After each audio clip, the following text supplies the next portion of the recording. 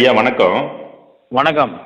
இப்ப ஈரோடு இடைத்தேர்தலை பத்தி ரிசல்ட் வந்துட்டு இருக்கு. ம். இப்ப நாம் தமிழருடைய ரிசல்ட் வந்து உங்களுக்கு எந்த அளவுக்கு எப்படி பாக்குறீங்க அத? எனக்கு முன்னாடியே தெரியும். இப்படித்தான் நடக்கும்னு தெரியும். என்ன ஈரோட்டில் என்னென்ன நடந்ததெல்லாம் தெரியும், எல்லாருக்கும் தெரியும். தெருவுக்கு தெரு, ஊருக்கு ஊரு பணம் கொடுத்தாங்க. என்ன எந்த பிரச்சாரமும் பண்ணல. பணம் தான் பிரதானம் நினைச்சு பணத்தை வச்சு வெற்றி பெற நினைக்கிறாங்க. அது நடந்துகிட்டு இருக்கும். அவ்வளோ. இல்ல இப்ப அது நடக்கும்னு சொல்லிதான் வந்து மற்ற பிரதான கட்சிகள் எல்லாம் தேர்தல் இருந்து பின்னுக்கு போனாங்க. உண்மை.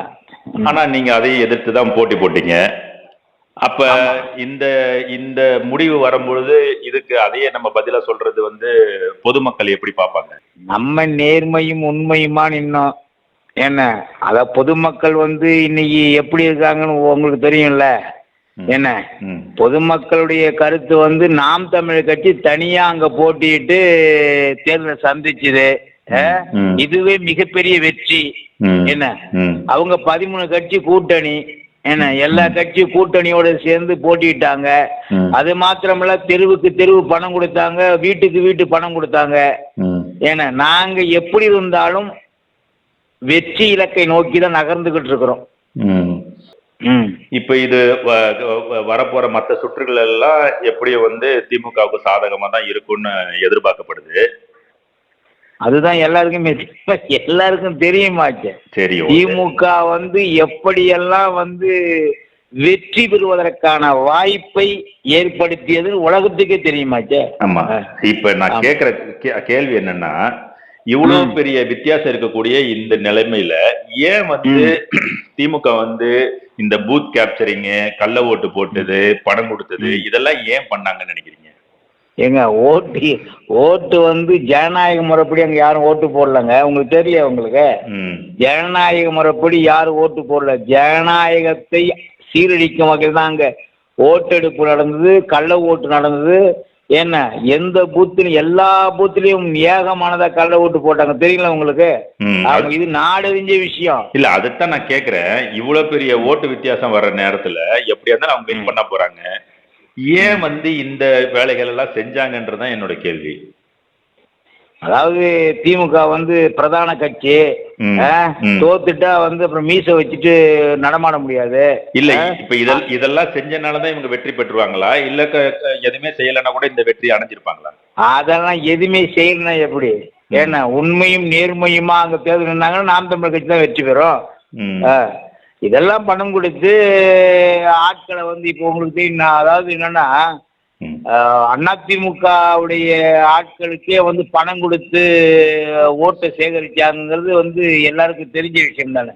ஏன்னா அதிமுகவில் இருக்கிற எல்லாருக்கும் போயிட்டு வீட்டுக்கு அப்புறம் வீடுகளை சந்திச்சு நாங்க வந்து எங்களுக்கு ஓட்டு போடுங்க, திராவிடம் இல்லைன்னா வந்து தோற்று போவோம், திராவிடம் தோற்று போட்டா திராவிட கட்சிகளே இந்த நாட்டுல அழிஞ்சு போவோம். ஏன்னா அப்புறம் தமிழ் தேசியம் வந்துட்டுன்னா எல்லா திராவிட கட்சிக்கும் இழுக்குதான், இழப்பு தான் சொல்லிட்டு நேரா போயிட்டு பகிரங்கமா சொல்லி ஓட்டு கேட்டாங்களே. ஆமா ஆமா. அப்ப இந்த பின்னடைவுன்றது நம்ம எதிர்பார்த்த ஒண்ணுதான். ஆமா உண்மை. நம்ம எதிர்பார்த்த ஒண்ணுதான். ஆனா திமுக இந்த இதுக்காக இவ்வளவு கலவரம் பண்ணதுல வந்து உடன்பாடு இல்லைன்னு சொல்றீங்க. ஒண்ணு தெரிஞ்சுக்குங்க, திமுக உண்மையும் நேர்மையுமா மக்களை சந்தித்து பரப்புரை பண்ணி பொதுக்கூட்டம் போட்டு 4 ஆண்டு காலம் நாங்க என்ன செஞ்சிருக்கோம்னு ஓட்டு கேட்கல. எதுவுமே இல்லாம அங்க இருக்கிற திமுக, அந்த ஈரோட்டில் இருக்கிற திமுக பொறுப்பாளர்கள் வச்சு அங்க துப்புரவு பணியாளர் இருக்கிறாங்களே, அவங்கள்ட்ட கொண்டு போய் கவரை கொடுத்து அந்தந்த வீட்டுக்கு சேர்த்து, தமிழ்நாட்டில் உங்க தமிழக மக்களுக்கு ஒரு இது இருக்கு, பணம் வாங்கிட்டா மாத்தி ஓட்டு போட மாட்டாங்க, உங்களுக்கு தெரியும்னு நினைக்கிறேன். என்ன அது அப்படி கொடுத்து ஓட்டு வாங்கினாங்க. என்ன ஒண்ணு என்னன்னா அவங்களுக்கு, அதாவது அவங்களுக்கு தெரியுங்க, அதாவது திராவிடம் இந்த மண்ணிலே கொஞ்சம் கொஞ்சமாக என்ன அழிவை சந்தித்து கொண்டிருக்கிறது. இந்த தேர்தலில் நாம் தமிழ் வெற்றி பெற்றா திராவிடத்திற்கு மிகப்பெரிய இழப்பு. 2026 கண்டிப்பா சீமான் வெல்வார். அதனால அதற்கு நம்ம வழி விட்டுறக்கூடாது. அது எந்த கட்சி, எல்லா கட்சியோடும் சமரசம் செய்வாங்க அவங்க. பாஜகவோட எப்படி கலைஞர் சமரசம் செஞ்சாரோ, பாஜக அதுவும் மக்களுக்கு போராடுகிற ஒரு கட்சி தான் சொன்னாரோ, அப்படித்தான் இன்னைக்கு திமுக இருக்கு. என்ன கொஞ்சம் கலைஞர்கிட்ட கொஞ்சம் உண்மையும் நேர்மையும் இருந்தது, அது முழுசா ஸ்டாலின் இல்ல, அவ்வளவுதான். தெரியுதுங்களா? முழு அதாவது வெற்றி பெறுவதற்கான எல்லா வேலையும் பார்த்தாங்கன்னு நான் சொல்றேன், உங்களுக்கு புரியும் நினைக்கிறேன். வெற்றி பெறுவதற்கான எல்லா வேலையும் ஈரோட்டுல பார்த்தாங்க. அதாவது எதிர்கட்சின்னு சொல்லப்படுற சட்டமன்றத்துல சண்டை போட்டுக் கொள்கிற இந்த அதிமுக கட்சிக்காரங்கிட்ட போய் எங்களுக்கு ஓட்டு போடுங்க, எங்களுக்கு ஓட்டு போடாம நீங்க நாம் தமிழ் கட்சிக்கு ஓட்டு போட்டீங்கன்னா திராவிடம் என்பது அந்த மண்ணில் அழிஞ்சு போவோம், அதற்கு நாம ஒத்துமையா இருக்கணும். அவரு மாத்திர வைகோபால் சாமி எல்லாமே ஒன்னா சேர்ந்து திராவிடம் என்கிற அந்த ஒத்த போர்வையில அவங்க சண்டை போட்டுப்பாங்க, வம்பு வளர்த்துப்பாங்க. அதாவது அடிக்கிற கொள்ளையில எங்களுக்கு தரலன்னு எல்லாம் நடக்கும். ஆனா இந்த தேர்தல் அப்படிங்கிற போது என்ன, திராவிடம் தான் வெற்றி பெறணுங்கிற ஒத்த இலக்கோடு நிக்கிறாங்க. இப்ப திராவிடமா தமிழ் தேசியமான்னு இப்ப ஆயிடுச்சு. இப்ப உங்களுக்கு தெரியும் நினைக்கிறேன், திராவிடமா தமிழ் தேசியமாங்கிற ஆகி போச்சு. அப்ப திமுக, அண்ணா திமுக, மதிமுக, அதாவது இதெல்லாம் கிடையாது. இன்னைக்கு திராவிட கட்சிகள் மொத்தமா ஒன்னா நிக்குது, தமிழ் தேசியம் மட்டும் தனியா நிக்குது. 2 பேரும் எதிர்கொள்றோம் போட்டியில. இதெல்லாம் நடக்கும். அவங்க ஓட்டுக்கு என்ன பணம் கொடுத்தாங்க, எப்படி ஓட்டு சேகரிச்சாங்க, யார் மூலியமா பணம் கொடுத்தாங்க, எப்படி பணம் சேர்ந்தது, எப்படி அதாவது ஓட்டு போடுற இடத்துல என்னென்னலாம் பிரச்சனை பண்ணாங்க, எப்படி எல்லாம் வன்முறையை தூண்டுறதுக்கான வேலையை பார்த்தாங்க, எல்லாமே நாட்டுக்கு தெரியுமே. சரி, இப்ப இந்த இடைத்தேர்தல் மூலமா நாம் தமிழர் பெற்றது என்ன?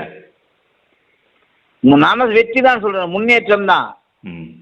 இல்ல, இந்த தேர்தலை நீங்க எதுக்காக பயன்படுத்தி கொண்டீங்க? எந்த தேர்தல? இந்த இடைத்தேர்தல் ஜனநாயகம் செத்து போவோமாங்க. மக்களாட்சி தத்துவம் ஜனநாயகம் எல்லாம் இல்லாம போயிருமே. இப்போ அதாவது இந்த நாடு ஜனநாயக நாடு, தனித்தன்மையோட நாங்க அங்கீகரிக்கப்பட்ட கட்சி, போட்டி போடுறோம். அதுவும் எப்படி போட்டு போறோம்னா, எதையுமே குவார்டர் கொடுக்காம, பிரியாணி கொடுக்காம, ஓட்டுக்கு துட்டு கொடுக்காம, ஆட்களை கொண்டு போய் மகிழுந்துல இறக்கி ஓட்டு போட வைக்காம, தன்னிச்சையா தமிழ் தேசிய அரசியலை முன்னெடுக்க வேண்டும் சொல்லிட்டு நாங்க போட்டி போடுறோம். அவங்க எப்படி வேணாலும் மக்களுக்கு எதையாவது கொடுத்து ஓட்டு பெறணும்னு நினைக்கிறாங்க.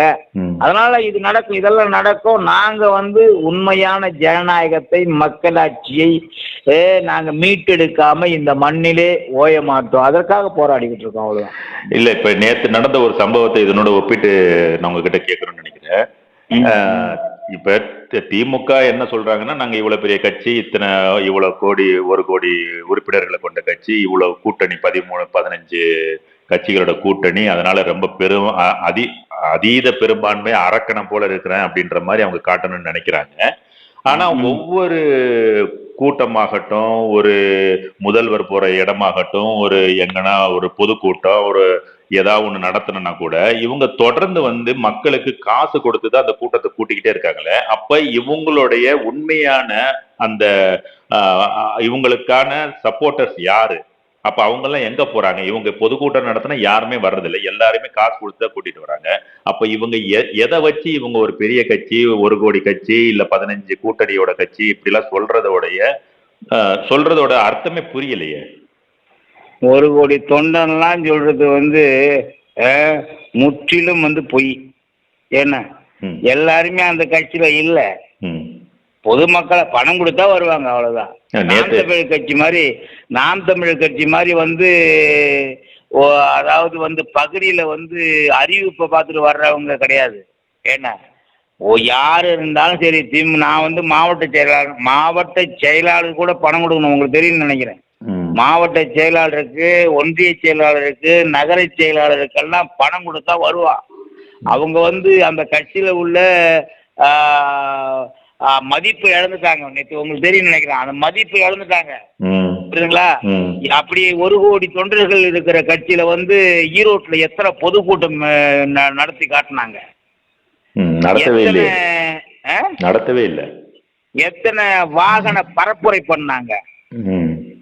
4 ஆண்டு காலம் இந்த மண்ணிற்கு நாங்கள் இவ்வளவு செஞ்சிருக்கிறோம். ஈவேரா திருமகன்றப்ப இருந்தப்போ, சட்டமன்ற உறுப்பினராக இருந்தப்போ இந்த தொகுதிக்கு என்ன பண்ணாரு? அவருடைய அப்பா EVKS இளங்கோவன் சட்டமன்ற உறுப்பினராக இருந்தப்ப இவ்வளவு இது பண்ணாரு அப்படின்னு ஓட்டு கேட்டு நீங்க எங்கேயாவது வாகன பரப்புரை காட்டுங்க, நான் பாக்குறேன். இந்த தேர்தலில் அப்படி பண்ணியிருந்தாங்கன்னா நான் சொல்லுங்க பாப்போம். எதையுமே கிடையாதுங்க. வாகன பரப்புரை கிடையாது, பொதுக்கூட்டம் கிடையாது, தன்னுடைய ஆட்சியிலே நாங்கள் இதெல்லாம் செஞ்சோம் மக்களுக்குன்னு சொல்றது கிடையாது. ஒரே ஒரு கணக்கு, 30 ஆண்டு, அதாவது 50 ஆண்டு காலம் இந்த மண்ணிலே கொள்ளையடித்து வைத்திருக்கிற பணத்தை மக்களிடத்திலே கொட்டி அதை ஓட்டாக மாற்றி இன்றைக்கு வளம் வந்து கொண்டிருக்கிற கட்சி திமுக. அங்க விசுவாசி தொண்டன் யாருமே கிடையாது. தொண்டன் தான் இங்க வந்துட்டானே. உண்மையும் நேர்மையுமாக இருக்கிற விசுவாசி சீமானன் கூட இருக்கிறான். சரிங்களா? அங்க யாருமே இல்லை. பணத்துக்கும் பட்டாடைக்கும் சொத்துக்கும் லோனுக்கும் இதுக்குதான் அங்க இருக்கிறான ஒழிய உண்மையும் நேர்மையுமா இருக்கிறவன் இல்லையா? அங்க எல்லாம் சீமானன் கூட இருக்கிறான். சரிங்களா? அதனாலதான் வந்து 20 நாட்களா வந்து தேர்தல் பிரச்சாரம், 20 நாட்களும் பொதுக்கூட்டம் சீமான் பேசினாரு. வாகன பரப்புரை வந்து அந்த வேட்பாளர் தெரு தெருவா போனாங்க. மரியாதைக்குரிய சீதாலட்சுமி தெரு தெருவா போய் ஓட்டு கேட்டாங்க. அங்க இருக்கிற VC சந்திரகுமார் வந்து எத்தனை வீதிக்கு வந்து வாகன பரப்புரை பண்ணாரு? சொல்லுங்க, இதெல்லாம் சொல்லுங்க. இதெல்லாம் தெரியும். எத்தனை இடத்துல வந்து பேசினாரு? எங்க பேசினவா? ஒண்ணு VC சந்திரகுமாருக்கு பேச தெரியாது, என்னன்னு அரசியல் என்னன்னு தெரியாது VC சந்திரகுமாருக்கு. சரிங்களா? நான் ஏன் சொல்றேன்னா, அவன் கூட நானும் VC சந்திரகுமாரும் ஒன்னா தேமுதிகங்கிற கட்சியில, கேப்டன் கட்சியில பணியாற்றுதான் சொல்றேன். சரிங்களா? 10 நிமிஷம் VC சந்திரகுமாருக்கு வந்து இந்த நாட்டுடைய வரலாறு, மொழி, பண்பாடு, கலாச்சாரம் எதுவுமே தெரியாது. என்ன அவனை வந்து கேப்டன் வளர்த்து விட்டாரு VC சந்திரகுமார. ஏன்னா இன்னைக்கு வந்து அவருக்கு துரோகம் பண்ணிட்டு திமுகவுல தேமுதிக மாற்று தேமுதிக ஆரம்பிச்சு அங்க போயிருந்தாரு. அங்க போய் இன்னைக்கு வந்து அங்க சீட்டு கொடுத்துருக்காங்க. ஏன்னா திமுகவுடைய அராஜகத்தால, திமுகவுடைய பணபலத்தால பணநாயகம் அங்க வெற்றி பெறும் கண்டிப்பா. ஆமா. நன்றி நன்றி நன்றி நன்றி. உங்களுடைய மேலான கருத்துக்களை பகிர்ந்துகிட்டது ரொம்ப நன்றி. ரொம்ப நன்றி.